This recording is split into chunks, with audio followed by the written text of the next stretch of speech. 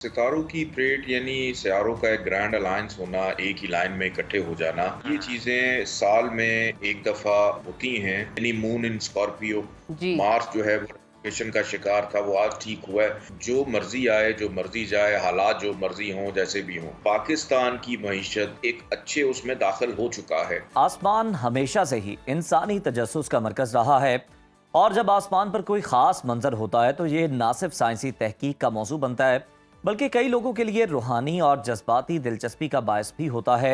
इसी तरह का एक हैरत अंगेज मंजर जनवरी के आखिरी हफ्ते से फरवरी के वस्त तक देखने को मिलेगा, जब आसमान पर सैयारों की परेड होगी। जी हाँ जनाब, माहिर फल्कियात के मुताबिक सैयारों की इस परेड में शामिल ज़हरा, मुश्तरी, मरीख, साहल को इंसानी आंख से भी देखा जा सकता है, जबकि नेपच्यून और यूरेनस को देखने के लिए टेलीस्कोप की ज़रूरत पड़ेगी। दिलचस्प बात यह है कि इस अनोखे और मुनफरद आसमानी मंजर का नज़ारा पाकिस्तान से भी आप देख सकते हैं।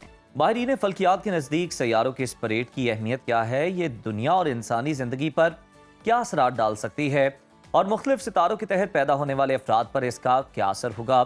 इन तमाम सवालात के जवाबात जानने के लिए आज हमारे साथ मौजूद हैं मारूफ एस्ट्रोलॉजर सैयद मोहम्मद अली ज़ंजानी साहब। सर, आपको प्रोग्राम में खुश आमदीद कहते हैं। ज़ंजानी साहब, हमें ये बताएं पहले कि सैयारों की परेड दरअसल क्या होती है, और इस मंजर की अगर हम बात करें तो इल्म नजूम में इसे कितना हम समझा जाता है।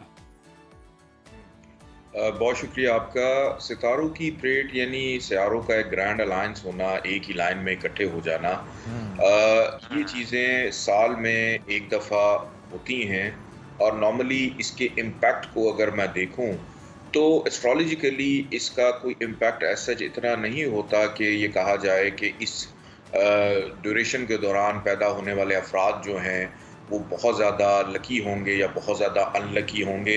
हाँ, एक चीज़ हो सकती है कि इस जो परेड हो रही है, इसके इन्फ्लुएंस के अंडर पैदा होने वाले अफराद के ऊपर इन प्लैनेट्स के जो असरात के जो पॉजिटिव इम्पैक्ट हैं वो बहुत ज़्यादा रहेंगे। लेकिन हमें ये भी देखना है कि इसके बीच में कुछ ऐसे प्लैनेट्स भी हैं, जैसे एस्ट्रोलॉजी में हम मून को भी लेते हैं, हम सन को भी लेते हैं। मून जो है वो अभी आजकल ख़राब चल रहा है, जिसको हम अपनी ज़ुबान में कमर दर अकरब कहते हैं, यानी मून इन स्कॉर्पियो। जी। मार्स जो है वो डिप्रेशन का शिकार था, वो आज ठीक हुआ है।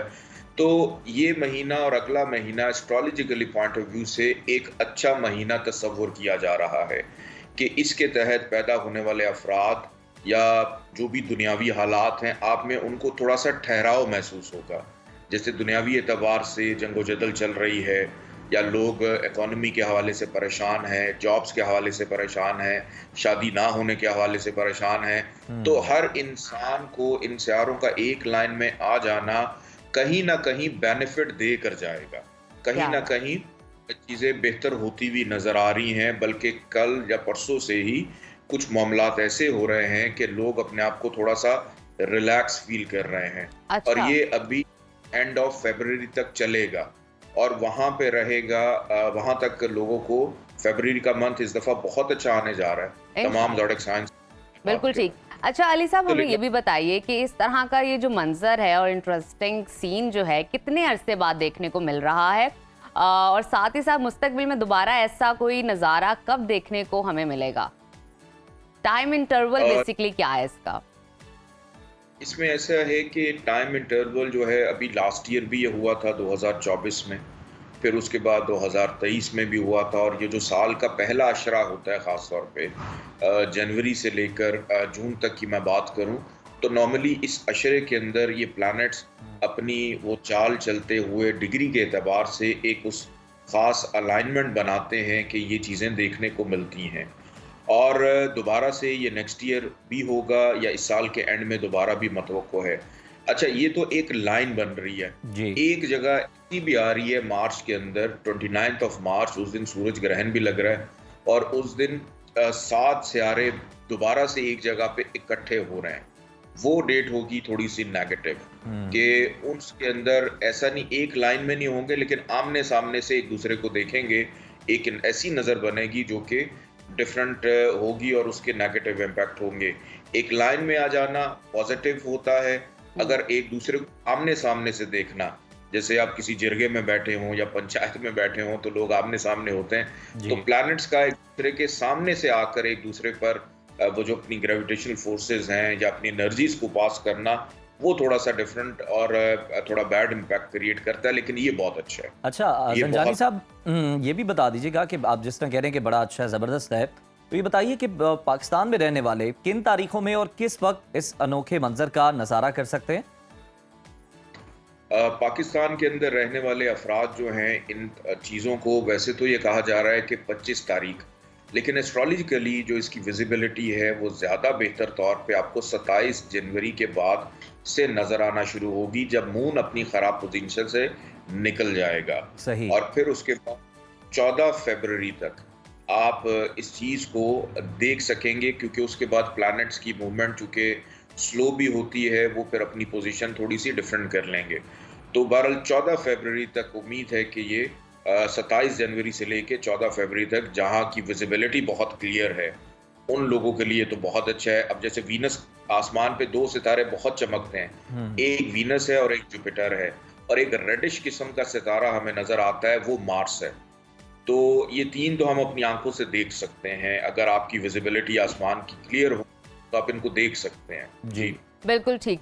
अली साहब, हमें ये बताइए, ये सैयारों की ये जो तरतीब है दुनिया पर अमूमी तौर पर क्या असर डाल सकती है, और क्या ये किसी खास तब्दीली या वाक़ये की पेशगोई करती है? देखिए, ये परवरदिगार की इतनी बेहतरीन जो है वो क्रिएशन है कि निज़ाम कुदरत, सोलर सिस्टम जो है, इसका इतना इन्फ्लुएंस हर इंसान पे रहता है कि अगर हम सन ना हो तो इंसान हरकत करना छोड़ दे, मून ना हो तो इंसान महसूस करना छोड़ दे, मार्स ना हो तो हमारी ब्लड की सर्कुलेशन जो है, इसी तरह हर प्लैनेट जो है अपने अंदर कुछ ना कुछ इम्पैक्ट और चीजें रखती हैं।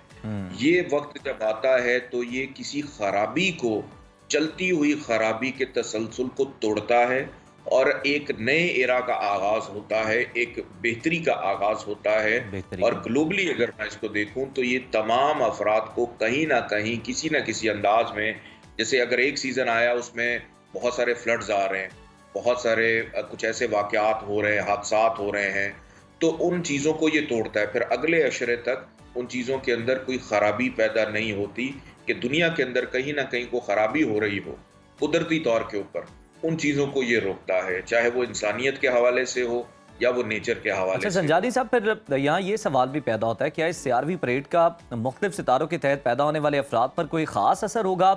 अगर होगा तो किस सितारे के लिए ये ज़्यादा मुस्बत या फिर मनफी हो सकता है?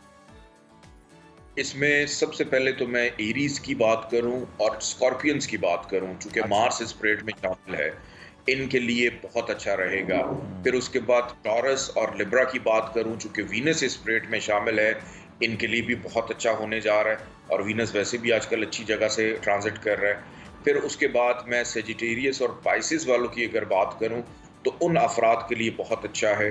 फिर इसके बाद मैं अगर बात करूं क्या कहते हैं, एक्वेरियस और कैप्रिकॉन की, इनके लिए बहुत अच्छा है। अच्छा, लियोज वाले और कैंसेरियंस, ये 2 ऐसे ज़ोडिक साइन हैं जिनके लिए ये परेड जो है कोई बेहतर कोई पॉजिटिव इम्पैक्ट देती हुई दिखाई नहीं दे रही है, क्योंकि ये 2 ऐसे ज़ोडिक साइन हैं, इनका ताल्लुक ऐसे प्लैनेट्स के साथ हैं जिनके जो रूलिंग प्लैनेट्स हैं वो इटसेल्फ खुद रोशनी देते हैं, एक सूरज है और एक चांद है। तो बाकी जितने ज़ोडिक साइन हैं, इन दोनों को छोड़ के उन तमाम के लिए इनका जो इम्पैक्ट है वो बहुत ज्यादा पॉजिटिव रहेगा। अच्छा संजानी साहब, अगर इसकी असरात की बात कर लें तो जिस तरह से आपने बताया कि जिन सितारों पर मुस्बत रहेगा और जो 2 हैं उन पर मनफी, तो किस तरह से इफेक्ट करेगा? मतलब उनकी कोई मैरिज लाइफ को, उनके कोई लव रिलेशन को, उनके कोई बिजनेस को, जॉब को, किस तरह से हेल्थ को लेकर? कैंसेरियंस की अगर मैं बात करूं तो इनकी हेल्थ है, इनकी लव लाइफ है, और फिर उसके बाद इनकी औलाद के मामलात हैं। अच्छा। खास तौर पे चीज़ों में डिस्टर्बेंस पैदा होगी कि बच्चों की कोई बीमारी आ जाना, कोई परेशानी आ जाना। चाहिए कि वाइड चीज़ों का सदका अपना ज़रूर निकालें ताकि इसके बैड इन्फ्लुएंस से बचा बिल्कुल जा ठीक। अली साहब, आपके राय लेना चाहेंगे मईशत और सियासत के हवाले से भी। सैयारों की इस हरकत का पाकिस्तान की मईशत और सियासत पर कोई असर पड़ सकता है?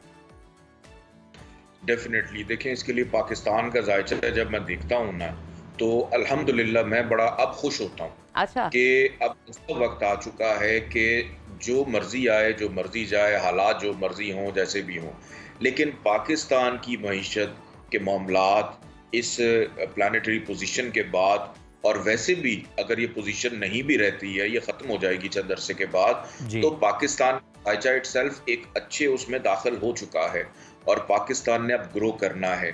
लेकिन पाकिस्तान की जो पॉलिटिकल सिचुएशन है वो मार्च में थोड़ी सी डिस्टर्ब होगी। जून तक पाकिस्तान की सियासी सिचुएशन डिस्टर्ब है।